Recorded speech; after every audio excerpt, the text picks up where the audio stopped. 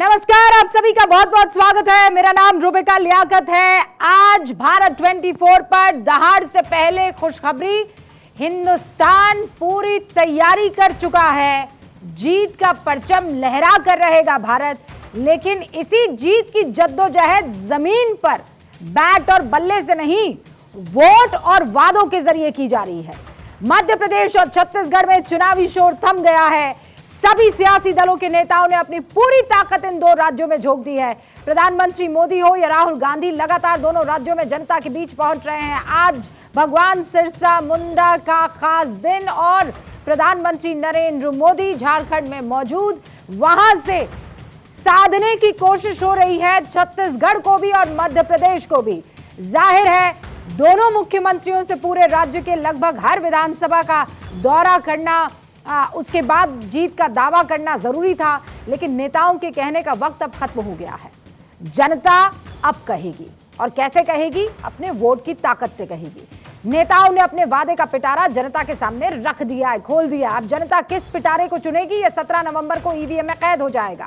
लेकिन इन चुनावों में मुफ्त की घोषणाओं, भ्रष्टाचार के आरोप, एंटी इनकम्बेंसी जैसे मुद्दे सबसे ज्यादा हावी रहे।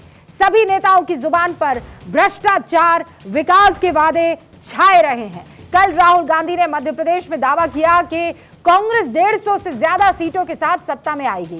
केंद्रीय गृह मंत्री अमित शाह ने तीनों हिंदी भाषी राज्यों में सत्ता में आने का दावा कर दिया। इन दावों के बीच जनता पिछले 1 महीने से सबकी सुनती रही है। ऐसे में अब देखना है 17 तारीख को किसकी बातों पर जनता भरोसा कर अपना वोट डालती है। इस बीच कर्नाटक में हिजाब को लेकर एक बार फिर से विवाद शुरू हो गया। दरअसल कर्नाटक एग्जामिनेशन अथॉरिटी ने एक बहुत बड़ा फैसला लिया। क्रिकेट और चुनाव, इन दोनों में यह बड़ा फैसला कहीं ना कहीं छुप गया है। लेकिन बड़ा फैसला क्या है कि सिर ढकने पर रोक लगा दी गई है। ये बड़ी खबर थी, आपको बताना जरूरी है। सारे मेहमान हमारे साथ जुड़ चुके हैं, जरा उनका तारुफ आपसे करवा देना चाहती हूं। हमारे साथ इस वक्त शहजाद पूनावाला, राष्ट्रीय प्रवक्ता भारतीय जनता पार्टी के, जुड़ चुके हैं। सैयद असीम वकार साहब, राष्ट्रीय प्रवक्ता AIMIM के, हमारे साथ जुड़ चुके हैं। आपको वरुण पुरोहित जी नजर आ रहे हैं, राजनीतिक विश्लेषक है और अक्सर कांग्रेस के समर्थन में अपनी बातों को रखते हैं। हमारे साथ समीर चौगावकर साहब जुड़ चुके हैं, वरिष्ठ पत्रकार हैं, राजनीतिक विश्लेषक। अंबर जैदी इस वक्त हमारे साथ जुड़ गई हैं और साथ में वरिष्ठ पत्रकार मध्य प्रदेश से सरमन नगेले साहब जुड़ चुके हैं, जो कि मध्य प्रदेश की राजनीति को बहुत अच्छे से समझते हैं। आप सभी का बहुत बहुत स्वागत है। शहजाद, आपका डेरा अभी जमा हुआ है राजस्थान में, लेकिन दिल की धड़कन छत्तीसगढ़ और मध्य प्रदेश की धक धक कर रही है, खासकर 17 तारीख के नजदीक आने पर। बताइए किसके मुद्दे किस पर हावी? देखिए, मैं आपको ये बता सकता हूं कि तीनों ही राज्यों में जिसका आपने जिक्र किया है, वहां पर कमल प्रचंड तरीके से खिलने वाला है। और इसका कारण क्या है कि राजस्थान और छत्तीसगढ़, 2 जगह पर जहां पर कांग्रेस की सरकार है, वहां पर लूट, झूठ और फूट की सरकार चली है। मतलब सोचिए कि आमतौर पर सीएम का मतलब होता है चीफ मिनिस्टर, कांग्रेस ने सीएम का मतलब बनाया है करप्शन मिनिस्टर। मैं जहां बैठा हूं राजस्थान में, वहां पर लूट की सरकार, पेपर लीक में लूट, जल जीवन में लूट, ट्रांसफर पोस्टिंग में लूट, किस प्रकार से रेड डायरी की लूट, माइनिंग में लूट। और ये सारे आरोप मैंने नहीं, सचिन पायलट, इंद्राज गुर्जर, भरत सिंह, इन्हीं के नेताओं ने अपने अपने मंत्रियों पर लगाए हैं। और भूपेश बघेल का क्या कहना, मोदी जी रुपए कार्ड देते हैं, कांग्रेस पार्टी की सोनिया जी भूपे कार्ड देती है। मतलब वहां पर गोबर घोटाला, गोठान घोटाला, PSC घोटाला, DMF घोटाला, ये सारे उनके नेताओं ने इसके बारे में बताया है। और वहां तक तो ठीक था, अब तो शराबबंदी बोलकर शराब में भी घोटाला और महादेव के नाम पर 508 करोड़ का घोटाला। मतलब कि हर जगह लूट, झूठ और फूट। और झूठ कैसा? छत्तीसगढ़ में 316 वादे किए, एक को पूरा नहीं किया। 200 फूड पार्क कहां है, कांग्रेस वाले बता दे। यहां पर राजस्थान में वादे किए, किसानों को जमीन नीलाम हो गई, किसानों को कर्ज माफी नहीं मिली। कहा कि महिलाओं को सुरक्षा देंगे, नंबर 1 अपराध में महिलाओं का। इन्होंने कहा कि यहां पर तुष्टीकरण नहीं होगी, तुष्टीकरण की ऐसे खेल खेले कि गला काट कट्टरता, आईसिस स्टाइल वाली, हमास स्टाइल वाली गला काट कट्टरता रूबिका जी आपके राज्य में पहली बार दिखाई दे रही थी। उदयपुर में दिन दहाड़े जब हत्याएं की गई, PFI का मार्च तो निकल गया, परंतु हिंदू रीति रिवाज से जो निकलने वाले यात्राएं थी, जो पर्वों की, उस पर रोक लगा दी जाती है। तो ये तुष्टीकरण की, महंगाई की, बेरोजगारी की, भ्रष्टाचार की जो गारंटी दी है इन्होंने इन 2 सरकारों में, इसलिए वहां पर तो सरकार गई। तो और जहां पर मध्य प्रदेश में भ्रष्टाचार के जो आरोप लग रहे हैं, मध्य प्रदेश में देखिए कांग्रेस लगातार आपके खिलाफ वहां पर प्रेस कॉन्फ्रेंस कर रही है। वो ये कह रही हैं कि तोमर जी के बेटे बड़ी बड़ी डील्स कर रहे हैं, फोटो सामने, वीडियो सामने आ गए। क्या वो भ्रष्टाचार किसी को नहीं दिखेगा? रूबिका जी, आज मैं एक आपसे रिक्वेस्ट करता हूं और मेरी उम्मीद है कि आप मेरी रिक्वेस्ट को मान लेंगी। रूबिका जी, आज आपके शो का जो कार्यकाल है उसको थोड़ा 1 घंटे से और बढ़ा दीजिए। इसलिए कह रहा हूं, आपको मैं चैलेंज दे रहा हूं, और अभी शुरू ही हुआ है डिबेट। वो जो वीडियो जो बता रहे हैं ना ये तोमर जी के बेटे का, उसमें जो 3rd वीडियो है जिसके बल पर ये 10,000 करोड़ का आरोप लगा रहे हैं, उसी वीडियो को जहां पर वो बता रहा है कि ये पेमेंट की स्लिप है, उसको जूम कीजिए। मैंने जूम करके उसका स्क्रीनशॉट आपके दर्शकों के लिए लाया है। उसमें जहां कह रहे हैं कि ये पेमेंट मनी की स्लिप है, ये स्लिप इसमें दिखाती है, हाँ ये स्लिप दिखा रही है कि वो स्लिप में 8 लाख रुपए वो डिमांड कर रहा है किसी ऑक्सीजन कॉन्सेंट्रेटर कंपनी से। ये उसी वीडियो का हिस्सा है, और इसीलिए मैंने कांग्रेस के प्रवक्ताओं को चुनौती दी है कि आपने जो वीडियो दी है उस पर हमने तो एफआईआर भी कर दी, और हम आपसे मांग कर रहे हैं कि सीएफएसएल के पास क्यों नहीं देते। एक बार सीएफएसएल को दे दीजिए और बता दीजिए कि सच है या झूठ है ये वीडियो। एक बार मैं चुनौती से बोलता हूं, 1 घंटे के शो को 2 घंटा कर दीजिए, मैं सारे सवालों का जवाब देने पर बता दीजिए कि जिस घोटाले में कोर्ट की कार्रवाई हुई है। और आज उनकी बॉडी लैंग्वेज देखिए, फुल कॉन्फिडेंट नजर आ रहे हैं। छत्तीसगढ़ हो, राजस्थान हो कि मध्य प्रदेश। वरुण जी, मैं सुन नहीं पाया, इनका इंटरप्शन ज्यादा था, कृपया वापस रिपीट कर दें। हैं? इंटरप्शन पर किसी ने इंटरप्ट किया ही नहीं था वरुण जी। नहीं, मैं आधा हिस्सा नहीं सुन पाया शुरू का, आप देख सकते हो वीडियो में, गलत क्यों बोलूं? अच्छा, नहीं कोई बात नहीं। वो ये कह रहे हैं कि आप ये जो वीडियोस कांग्रेस, चलिए मैं रिपीट कर देता हूं, मैं रिपीट करता हूं। नहीं, रिपीट नहीं करना है, मैं बात सुनने तो मुझे रूपी कर। ओके वरुण जी, वो ये कह रहे हैं कि नरेंद्र सिंह तोमर के बेटे के वीडियो को लेकर हम लोगों ने तो आप लोगों पर केस ठोक दिया है। वो ये ऐसा कह रहे हैं, और वो ये कह रहे हैं कि मैं तो चैलेंज करता हूं कि प्रूव करके बता दें कि वो सच्चा वीडियो है। लेकिन मेरा सवाल ये कि क्या भ्रष्टाचार एक बहुत बड़ा मुद्दा बनेगा? Over to you Varun ji. Rubika जी, सबसे पहले तो आपको भैया दूज की शुभकामनाएं। आप पूरे हिंदुस्तानी भाइयों की दहाड़ की जैसे आवाज उठाते रहे, देश के लोकतंत्र को बचाते रहे, नहीं तो मूर्खतंत्र में कन्वर्ट हो जाएगा आप जैसे लोग नहीं होंगे तो।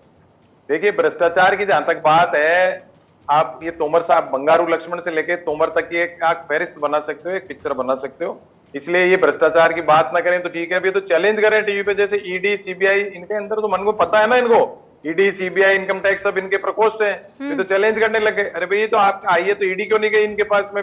दूसरी जगह तो फटाफट ईडी पहुंच जाती है, आरोप लगने से पहले ही पहुंच जाती है। खैर वो अलग बात है। देखिए, हताशा है, बुजुर्गियत की हताशा है, उसको मैं आपको कह रहा हूँ। इनका पाखंड जो है ना, जनता समझ चुकी। रोटी रोजगार, निजीकरण पे चुनाव हो रहा है, ये कितना ये कुछ भी कर लें। चोरी की सरकार, चोरी की जो संपत्ति होती है ना, ज्यादा स्थायी नहीं होती है। जब आपको 3 तारीख को परिणाम आएंगे रूबिका जी, आप देखिएगा 5 राज्यों में कांग्रेस का प्रदर्शन कितना अच्छा होता है। भारत जोड़ो यात्रा के बाद सारा जो तिलिस्म था मोदी जी ने बनाया था वो टूट चुका।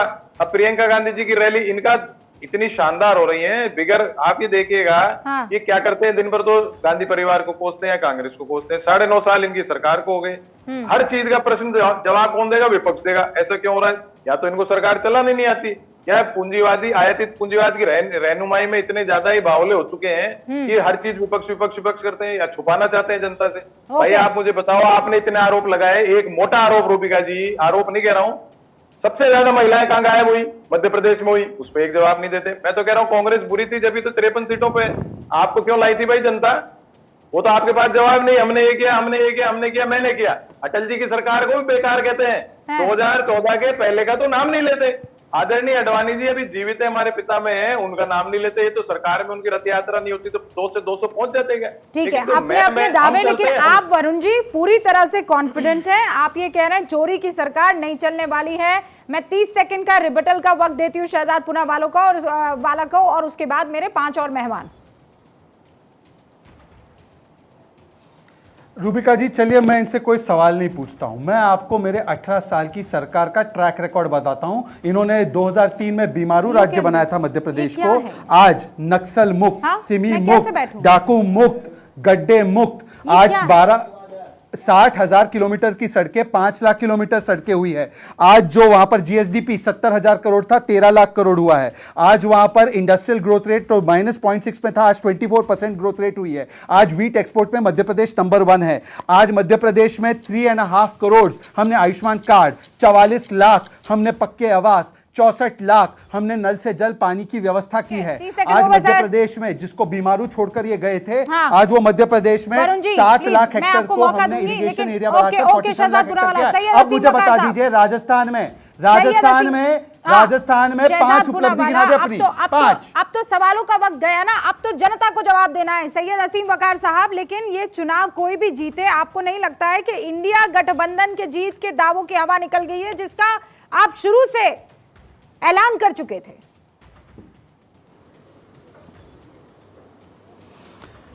नहीं देखिए, मैंने तो बहुत, अब आपका शुक्रिया कि आपने मेरी बात को दोहरा दिया।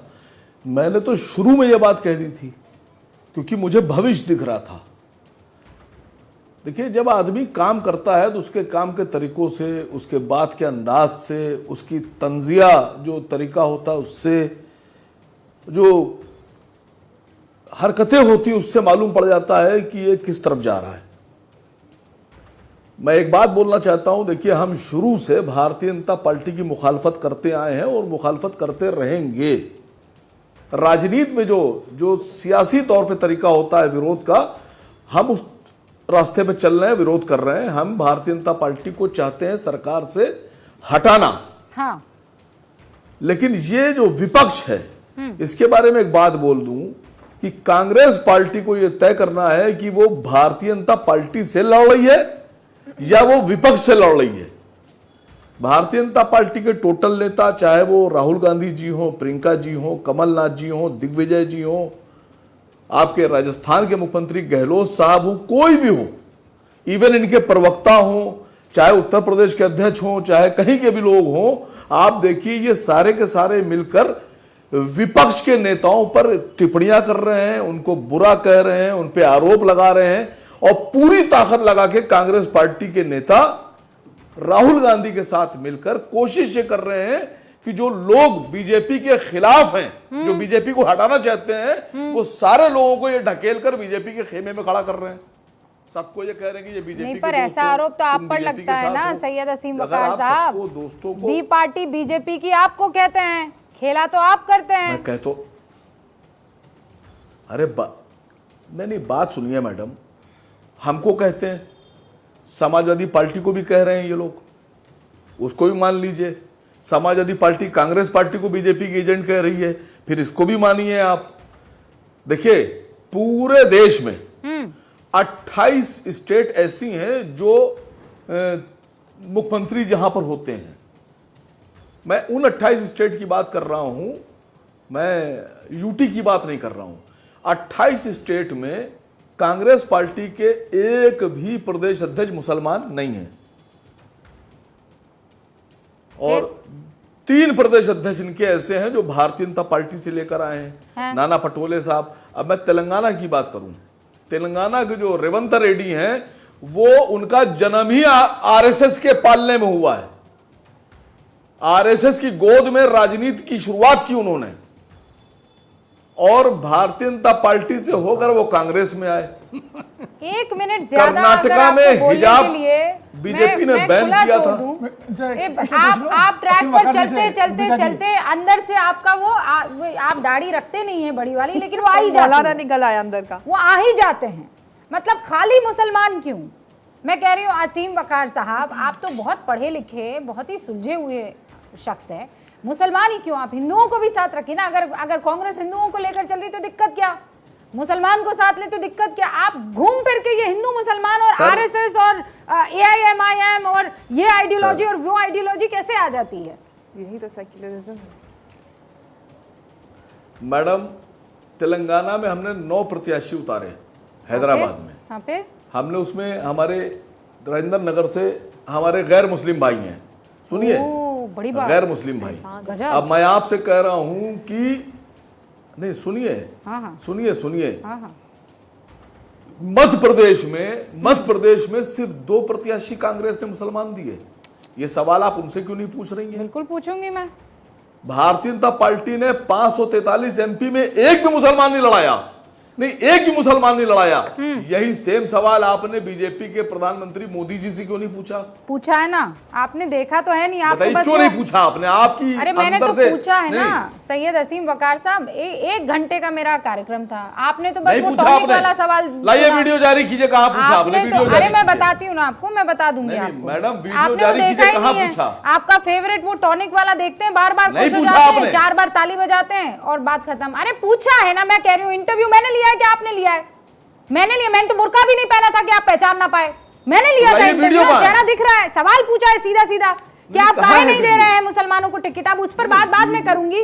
2-3 साल पहले लिया इंटरव्यू है, इतनी मोहब्बत आपकी 3 साल पहले। मैं आज की बात कर रही हूँ, कितनों को टिकट दिया है आपने हिंदुओं को? कह रहे हैं 1 दिया है, बड़ा खुश हो रहा है। अंबर जैदी मुसलमानों के लिए लड़ रहे हैं ना असीम वकार साहब? देखिए रूबिका, ये बहुत ही अहम सवाल है। और जब हम भारत की बात करते हैं, भारत एक आज़ाद मुल्क है जहाँ पर हर किसी को अपने अधिकारों का संरक्षण मिलता है भारत के संविधान के अंतर्गत। अगर हम राजनीति की बात करते हैं तो सबको राजनीति में योग्यता के आधार पर मुझे लगता है मौके मिलने चाहिए, और सभी जगह योग्यता के आधार पर मौके मिलने चाहिए। ये लोग जो सेक्युलरिज्म की बात करते हैं, लेकिन सेक्युलरिज्म इनका एक तरफा है जहाँ पर इनको तरजीह मिलनी चाहिए, इन्हीं को सब जगह फर्स्ट प्रेफरेंस मिलनी चाहिए, सब जगह इनको मौके मिलने चाहिए। दूसरे जो लोग हैं या दूसरे समाज या समुदाय के लोग हैं उनको मौका ना दिया जाए, ये कोई मुझे नहीं लगता कि ये कोई लोकतंत्र होता है, या इसको आप सेक्युलरिज्म कह सकते हैं। लेकिन जब भी हम मुसलमानों के रिप्रेजेंटेशन की बात करते हैं, भारतीय जनता पार्टी को उनको वोट दे रही है कैंडिडेट्स को या नहीं दे रही है, मुझे लगता है कि सवाल ये होना चाहिए कि मुसलमानों को कितना फ़ायदा मिला जो सरकार की नीतियाँ हैं उससे। तो अगर रूबिका, आपका शो है बहुत ही पॉपुलर है जहाँ पर मोदी मुल्क और मुसलमान आप शो करती हैं, उसमें आप लोगों के बीच में जाती हैं, उनसे उनकी राय लेती हैं। इतने पिछले 9.5-10 साल में क्या बदलाव आए हैं सरकार की नीतियों में पहले और अब में, वो आपको भली बात ही समझ में आया होगा। और क्योंकि हम लोग लोगों के बीच में जाते हैं, काम करते हैं, तो हमको पता है बहुत बड़ा, सबसे बड़ा फर्क ये आया है कि जो भी सरकार की नीतियां रही हैं, इररिस्पेक्टिव ऑफ रिलीजन, भारत के हर नागरिक को सरकार की नीतियों का डायरेक्ट फायदा मिला है।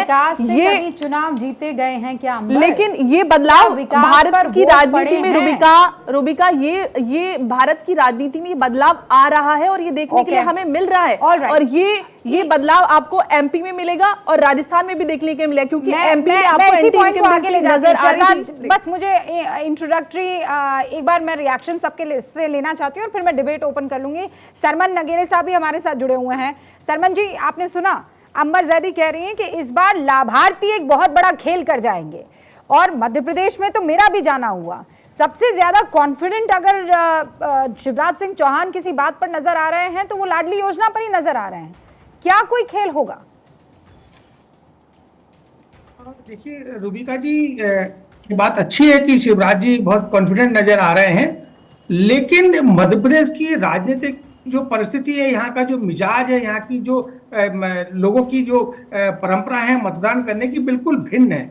और इस बार का चुनाव राइट फ्रॉम 1956 बिल्कुल अलग हो रहा है। 2020 में जब कांग्रेस पार्टी का जो एक बगावत हुई थी और दूसरे दल में लोग शामिल हो गए, उसके बाद से जो चुनाव अब हो रहा है तो इसमें बिल्कुल एकदम भिन्न था। बहुत ही रोचक, बहुत ही संघर्षपूर्ण वाला चुनाव है। और इस चुनाव में न केवल विधानसभा के लिए चुनाव हो रहा है, ये 2024 के लिए भी चुनाव हो रहा है। माननीय नरेंद्र मोदी जी, माननीय अमित शाह जी का ये प्रयास है, जेपी नड्डा जी का, ये चुनाव हमको निकालना है। लेकिन जिस तरह से माननीय कमलनाथ जी पूरे 4 साल मध्य प्रदेश में रहे, एक भी दिन वो दिल्ली में जाके उन्होंने राजनीति नहीं की या मध्य प्रदेश से बाहर गए हो, वो पूरे तरीके से मध्य प्रदेश में अपनी जमीन को मजबूत करने में लगे रहे। तो दोनों दलों के बीच में बहुत ही कांटे का मुकाबला है। जहां तक लाडली बहना की जो आपने बात की है, देखिए नो डाउट कि लाडली बहना जो एक एंटी इनकम्बेंसी के बीच में एक बैरियर की तरह खड़ा हो गया है, लेकिन वो जरूरी नहीं है कि जो वो सारे के साथ 1 करोड़ से अधिक जो मतदाता हैं वो किसी एक अमुक पार्टी के मतदाता हों। वो दूसरे दल को भी मतदान कर सकते हैं, वो तीसरे दल को भी। और रूबिका जी, आप तो बहुत अच्छे से जानते हैं, आप तो राजस्थान से आए हैं।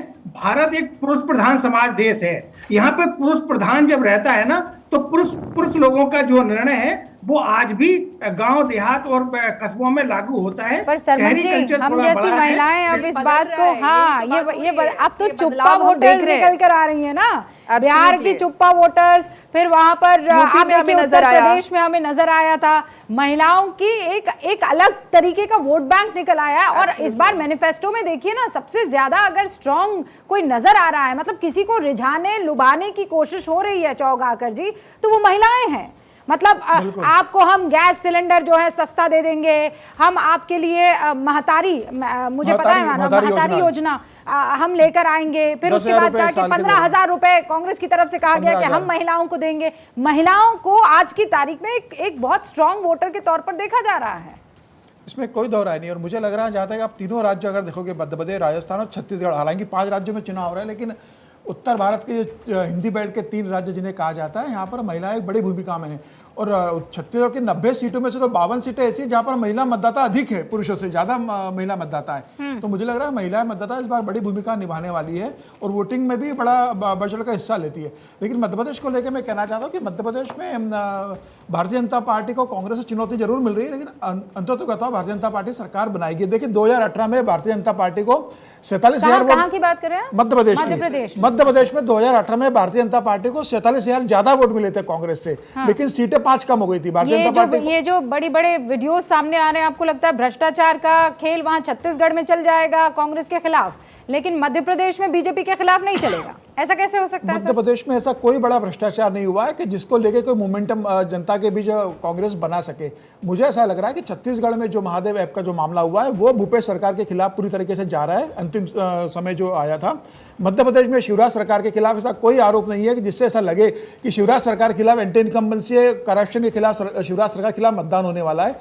शिवराज सरकार ने अपने 3.5 साल में जो बेहतर जनहित का काम किया, मुझे लग रहा है उसका शिवराज सरकार को बेनिफिट मिलने वाला है। कह रहे हैं कि करप्शन का मामला छत्तीसगढ़ में तो बहुत बढ़ चढ़ के बोल रहा है, लेकिन मध्य प्रदेश में नहीं। मैं इससे सहमत नहीं हूं। नहीं, देखिए करप्शन स्टेट लेवल पे अगर है तो वो वोटर तय करेगा। अभी तो छत्तीसगढ़ का आप जिक्र कर सकते हैं, बस रिजल्ट आना बाकी है। अभी एक जो मुद्दा जो लोगों के जो रोटी कपड़ा मकान वाला जो मुद्दा रहता है हर स्टेट असेंबली में, हर स्टेट असेंबली इलेक्शन में, ये एमपी इलेक्शन के बनिस्बत इसका ज्यादा प्रभाव रहता है। और यही वजह है कि आप देखेंगे कि महिलाओं महिला वोटर को लुभाने के लिए, महिला वोटर को जो घर की समस्याएं हल करने के लिए जो है प्रावधान जो सुविधाएं सरकार दे सकती है उसका प्रॉमिस किया जा रहा है। और इसमें दूसरा बड़ा वोटर बैंक कहें अगर उसको इस तरीके से देगा तो वो किसान है कि किसान के बिजली बिल माफ कर दिए जाएंगे, किसान के कर्जे माफ कर दिए जाएंगे। और ये शुरू से रहा है भारत में, ये आज का नहीं है। ये जब से भारत आजाद रहा हुआ है, चाहे वो हमसे नेहरू के जमाने में रहा हो या नेहरू के बाद के जमाने में रहा हो, लाल बहादुर शास्त्री के जमाने में भी रहा हो, किसान हमेशा एक मुद्दा रहा है राज्य सरकारों को कि ताकि वो सुविधा पहुंचाए। क्योंकि हमारा एग्रीकल्चर इकोनॉमी है, हमारा जो भारत जो देश है वो आज भी किसानों की बड़ी आबादी पे ही चलता आ रहा है। ठीक है। तो मध्य प्रदेश में तो तौसीफ भाई आप ये कह रहे हैं वोटर को तो लुभाने की बात है कि चाहे छत्तीसगढ़ हो, राजस्थान हो कि किसान का भी एक हो, बहुत बड़ा मुद्दा है। किसान और महिलाएं ये 2 बड़े मुद्दे रहने वाले हैं और ये 2 बड़े डिसाइसिव फैक्टर साबित होने वाले हैं। शहजाद पूनावाला। देखिए, मैं तो अग्री करता हूं। और किसानों को किसने ऐसे बाहें चढ़ा चढ़ा कर वादा दिया था 10 दिन में कर्जा माफ? राहुल गांधी। अभी तो वो आ ही नहीं रहे। 19,500 किसानों की जमीनें नीलाम राजस्थान में। किसने कहा था छत्तीसगढ़ में 200 फूड पार्क बनाए जाएंगे, हर जिले और ब्लॉक में फूड पार्क होगा? कितने फूड पार्क बने छत्तीसगढ़ में? राहुल गांधी आकर जवाब दे दे। और महिलाओं को भी वादा किया था, लड़की हूं, लड़ सकती हूं। राजस्थान में स्थिति ये है, माफी से चाहता हूं बोलना, ये मां पद्मावत और रूबिका लियाकत की जमीन राजस्थान में लड़कियां कहती है लड़की हूं तो क्या बच सकती हूं, क्योंकि दौसा में 4 साल की बच्ची से बलात्कार, करौली में दलित महिला से बलात्कार, वहां पर बलवाड़ा में आदिवासी बच्ची को जलाकर राख करके जला दिया जाता है कोयले की भट्टी में, प्रतापगढ़ में निर्वस्त्र किया जाता है महिला को, हनुमानगढ़ में महिला पीड़िता जो है उसको सुसाइड कर देना पड़ता है क्योंकि राजस्थान की पुलिस नहीं करती है काम। और वहां पर टिकट किसको दिया जाता है? शांति धारीवाल, जो कहता है मर्दों का प्रदेश है इसलिए बलात्कार होता रहेगा। और जहां तक भ्रष्टाचार की बात है तो मैं बाकी सबकी बात तो छोड़ दीजिए, प्रियंका वाड्रा मध्य प्रदेश के भ्रष्टाचार पर क्या कहती है, सुनिए एक बार। जिस तरह से ये घोटाले पे घोटाला होता जा रहा है, जिसकी निकालती हूँ, क्योंकि इतनी लंबी है कि इतने सारे याद भी नहीं रह पाते। खैर, निकाल के बाद मैं बताऊंगी, दिख नहीं रही। बताइए, ये तो इनका हाल है। मध्य प्रदेश में एक घोटाले का नाम नहीं ले पाते, इसलिए ऊल जलूल वीडियो लेकर आते हैं और अपने भ्रष्टाचार पर कोई जवाब नहीं दे रहे। अरे भाई बताइए, पेपर लीक घोटाला मैंने थोड़ी बोला था, सचिन पायलट ने बोला था। यात्रा निकाली थी, जवाब दीजिए। इंद्राज गुर्जर, उनके विधायक ने सवाल उठाए थे। बीएल सोनी, डीजी एसीबी ने बोला था बड़ी मछलियों को जाने दिया जा रहा है। प्रमोद जैन भाया के खिलाफ भरत सिंह ने सिर मुंडवा लिया कि खनन माफिया है। ये तो आप ही के विधायक थे। बताइए, इस पर जवाब दीजिए ना। प्रियंका वाड्रा तो कह रही है कि कोई भ्रष्टाचार की लिस्ट ही नहीं है यहाँ पर मध्य प्रदेश में। वरुण जी, लिस्ट ही नहीं मिल रही है, वोट कहां से मिलेगा? रूबिका जी, भ्रष्टाचार के आरोप लगाए। आप तो राजस्थान के आते हो, पूरे राजस्थान का गौरव हो। आप मुझे बताओ, कैलाश मेघवाल जी कितने सीनियर नेता हैं। उन्होंने अर्जुन मेघवाल पे आरोप लगाए, उन्होंने उस पार्टी से बाहर कर दिया उनको, इतने वरिष्ठ नेता को। ये डेमोक्रेसी इनको समझ में नहीं आती है। 9.5 साल से एक ऐसा क्रिएशन कर रहे हैं कि आपको भी लाओ। अरे यार, मैंने तो नहीं बोला ना बीच में, ये आपको आते नहीं ना। मैंने कहा था ना, लोकतांत्रिक व्यवस्था आप लोगों को आती नहीं है, दूसरे को बोलने मत दो, खुद की बात अंडरस्टैंड बोलते जाओ। ये राजस्थान के अंदर ये समझ नहीं पा रहे 9.5 साल में डेमोक्रेसी क्या होती है। डेमोक्रेसी होती है अगर आपने कोई आवाज बुलंद की है। तो हमने सचिन पायलट को निकाल दिया, जितने भी नाम निकाल दिए क्या पार्टी से? इन्होंने तो तुरंत निकाल दिया, दूसरा बोल नहीं सके। और सबको पता, आप तो मुझसे ज्यादा जानते हो, वसुंधरा जी के राज में कौन से नॉलेज कॉरिडोर अजमेर रोड पे बन रहे थे, क्या क्या बन रहे थे। छोटी चौपड़ का मंदिर इन्होंने क्यों तोड़ा, उसका जवाब आज दिन तक नहीं दिया। क्यों तोड़ा वसुंधरा जी के राज में? क्यों निकाला था? अरे यार, फिर बीच में किसी को बोलने नहीं दोगे? बोलने दीजिए ना, बोलने दीजिए। हाँ हाँ, ये डेमोक्रेसी जो बोलता है ना बीच में, वो लोकतंत्र को समझता ही नहीं है। हाँ, मैं आपको टीवी पे कह रहा हूँ, मैंने किसी को नहीं रोका है। आप शब्द भी बोले हैं प्रियंका राहुल के लिए, तो भी नहीं रोकता हूँ। ये लोकतंत्र होता है। अब आपके संस्कार हैं, दूसरे के लिए क्या शब्दों का उपयोग करो। मैं ये कह रहा हूँ, इनके अभी बात करिए आगरा में क्या हो रहा है। रोज आगरा के नाम नहीं ले, राजस्थान की बात करते हैं। उज्जैन का केस मैं बोलना नहीं चाहता बच्चियों के ऊपर, उज्जैन का कैसा कांड हुआ पर उस पर जवाब नहीं। कांग्रेस के राज में, अरे भाई, ऑनलाइन कंपलसरी एफआईआर राजस्थान में दर्ज हुई सबसे पहले। यहाँ बना रूल, आपने तो बनाया ही नहीं, बाद में पीछे कुछ लग के कर रहे हो। अपने चिरंजीवी योजना 25 लाख की हो गई, आप उसको कॉपी नहीं कर पा रहे हो। आयुष्मान योजना की बात करते हो, पूरा आदमी कवर नहीं है उसके अंदर। जवाब तो दे दीजिए। ये लो फिर बीच में क्यों निकाल दिया था? उसने आरोप लगाए थे। डेमोक्रेसी है ना, अरे मैं डेमोक्रेसी है ना पार्टी में। मैं मौका दूंगी। वो कह रहे हैं कि एक बार मुझे बेरोक टोक बोल लेने दीजिए, फिर आप जितना चाहे सवाल पूछ लीजिए। नहीं, ये 9.5 साल से इन्होंने नैरेटिव क्रिएट किया है देश के अंदर कि दूसरा को कोई बोले उसको टोका टाकी करो, बोलने मत दो। ऐसी मानसिकता के लोग इस देश के लोकतंत्र को खराब कर रहे हैं। एक वरिष्ठ पत्रकार, इनसे भी बड़े, मैं आपसे बड़े बता रहा हूँ, बड़े वरिष्ठ पत्रकार हैं, उम्र में भी और विद्वान भी है। उन्होंने लिखा, लोकतंत्र की जगह मूर्खतंत्र चल रहा है देश के अंदर, और आप लोग वही करना चाह रहे हो, प्रूव करना चाह रहे हो। मैं नहीं बोला था ना बीच में, टोक रहे हो कि भाई इसको बोलने नहीं दे, इसकी आवाज दबाएं। जनता देखती है। रूबिका जी, वरुण जी, आप बोलिए ना, बात कीजिए ना, अपनी पूरी कीजिए। मैं कह रहा हूँ, चाय पकौड़े की सरकार के लिए वोट नहीं दिया था, रोटी रोजगार के लिए दिया था। और ये निजीकरण से SC ST की नौकरियां खा गए पूरे देश के अंदर। आप उनके अंदर, आप मुझसे ज्यादा समझते हो, जाके देखो इंटीरियर में, दौसा में जाओ, अंदर जाओ, सिकरा जाओ, लालसोट जाओ, उनके जो ग्रुप बने हुए उनके मैसेज पढ़ो आप। इस निजीकरण से इन्होंने SC ST के जॉबलेस कर दिया पूरे देश में। SC ST निजीकरण, ये मुद्दा रहेगा क्या? वरुण जी, एक सेकंड, चौगाकर जी, ST SC निजीकरण। देखिए, SC ST समाज के लिए प्रधानमंत्री मोदी ने 2014 के बाद जितना क्या, राष्ट्र तो प्रधानमंत्री मोदी झारखंड में थे, बिरसा मुंडा केस में थे। आप बताइए, 24,000 करोड़ की योजनाएं शुरू करी, लगातार आदिवासी समाज के लिए काम किया जा रहा है, ST समाज के लिए काम किया जा रहा है। और प्रधानमंत्री मोदी तो कहते हैं कि मैं SC ST की बात नहीं करता हूँ, मैं तो एक ही जाति की बात करता हूँ, जो गरीब है। तो मुझे ऐसा लग रहा है कि जरूर इस बात को कांग्रेस ने कोशिश की है कि पिछड़ा वर्ग की बात कर लो, OBC की बात कर लो, लेकिन प्रधानमंत्री मोदी की जो बात है कि सिर्फ एक जाति है गरीब, तो सारी जातियां प्रधानमंत्री मोदी की बात में बीजेपी को वोट देने जा रही है। आदिवासी वर्ग के लिए आप देख लो, OBC के देख लो, महिलाओं के लिए देख लियो, युवाओं के देख लियो, लगातार जिन योजनाएं जो लागू करी गई केंद्र सरकार और राज्य सरकार ने, और डबल इंजन की सरकार ने जो लागू किया। चौगाकर जी, मैं आप सब यहाँ पर बैठे हुए हैं और हम सब चुनाव की बात कर रहे हैं, चुनाव की चर्चा हो रही है, कोई आइडियोलॉजिकल चर्चा तो यहाँ नहीं हो रही है। मैं आप सबसे ना यहाँ पर पूछ लेती हूँ कि क्या लगता है SC ST कहाँ जाने वाले हैं? सबसे पहले सरमन जी, शुरुआत आपसे कर रही हूँ। कहाँ रुझान या झुकाव आपको SC ST कम्युनिटी का खासकर मध्य प्रदेश में नजर आ रहा है? इनफैक्ट आप फ्री है अगर छत्तीसगढ़ और बाकी इलाकों का राजस्थान का जोड़ना चाहे तो। देखिए रूबिका जी, यदि 18 के चुनाव परिणाम देखें तो एसटी की 47 सीट थी, कांग्रेस पार्टी 30 सीटें जीती थी।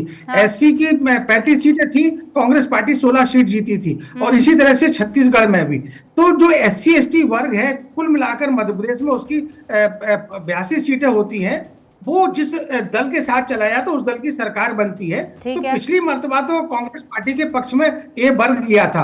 अब इस मर्तबा इस चुनाव में दोनों दल कोशिश कर रहे हैं कि वो वर्ग हमारे पक्ष में मतदान करे।